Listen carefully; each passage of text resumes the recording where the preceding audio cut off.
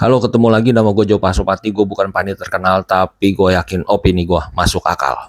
Sepertinya Persib Bandung musim ini menjadi salah satu tim yang paling serius untuk menatap kompetisi di next musim ya. Karena sampai hari ini sudah mendatangkan beberapa pemain baru, mungkin 5. Nah, skuad apa sih Persib di musim berikutnya? Dengan skuad saat ini ditambah pemain-pemain baru yang nanti di musim berikutnya itu akan mengikuti 4 kompetisi. Ya kita lihat dari belakang ya, dari kiper. Untuk kiper saat ini Teja memang nggak ada saingannya. Nah, kiper kayaknya harus nambah nih. Posisi ini harus datang satu pemain baru. Ya mungkin kode-kodenya adalah OR itu. Kalau kemarin kan RO, Ragnar Oratmangun, udah dibuktiin tuh sama Persib. Nah mungkin di posisi kiper ini adalah kode OR yang ada di tulisan over, tapi O dan R-nya itu dikasih caps lock. Nah mungkin di sini nih posisi kiper inisialnya OR, ya udah nggak salah lagi tuh, Oki Rengga. Apa iya?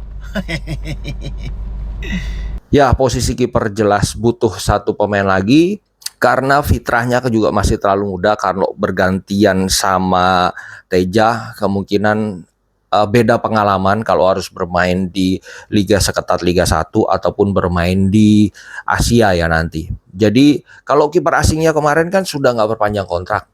Jadi memang di sini posisi kiper butuh satu lagi.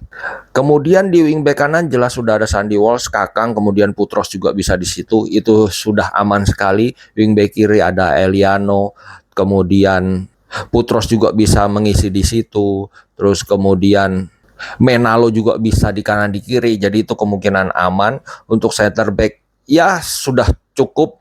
Tapi bolehlah nambah satu lagi karena 4 kompetisi itu yang penting bukan cuma strategi, skill, tapi juga kedalaman skuad.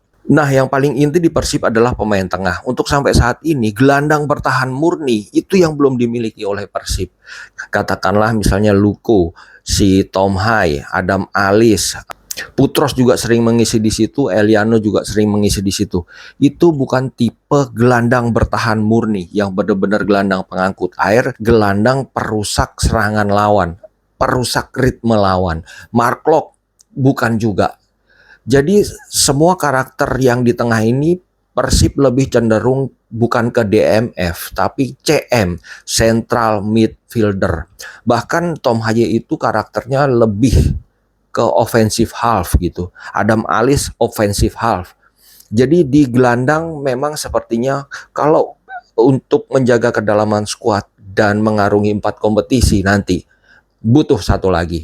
Untuk winger jelas sepertinya nanti si Ragnar Oratmangun akan ditaruh di winger entah kanan entah kiri. Kalau di kiri ya nanti bisa bergantian dengan Beckham.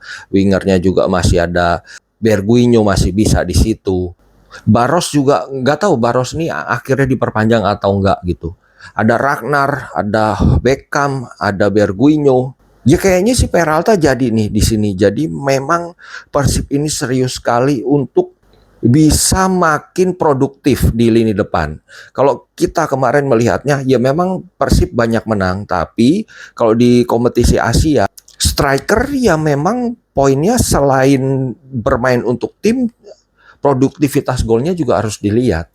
Kayak misalnya Ramon Tangke sama Andrew Jung. Ramon Tangke produktivitas golnya kurang, walaupun secara kerja dia kerja keras sekali. Permainannya berguna untuk tim, work rate-nya oke. Tapi posisi sebagai striker yang nanti harus bermain di Asia, produktivitas golnya sangat kurang. Ramon Tangke kalah dari Andrew Jung. Andrew Jung mungkin bisa mencetak 12 gol. Ya sekitar segitu dari 22 penampilannya bersama Persib ya. Ya itu masih oke lah, masih 2 digit.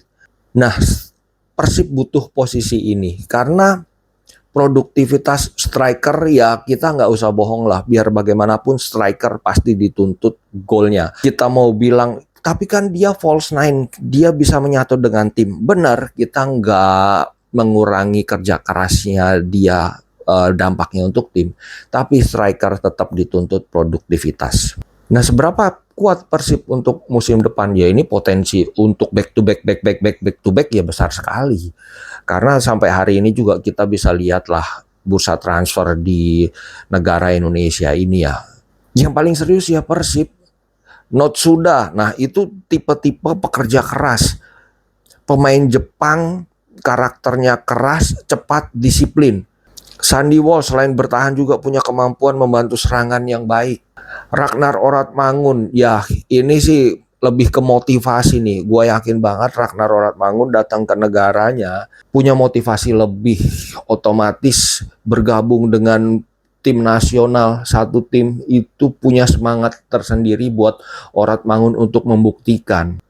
Ya selama ini di luar negeri kurang mendapatkan menit bermain, ya semoga aja dia cocok di Persib, entah mau di kanan mau di kiri. Ya semoga produktivitas golnya bagus, dampak permainannya untuk tim juga bagus, dan karirnya di tim nasional juga makin oke.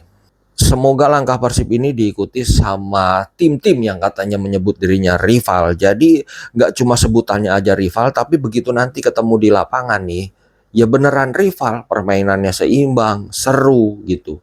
Semoga mereka juga membelanjakan uangnya ke pemain yang tepat, yang dibutuhkan oleh tim, jadi semuanya berdampak baik, Liga Indonesia semakin baik. Gimana menurut teman-teman?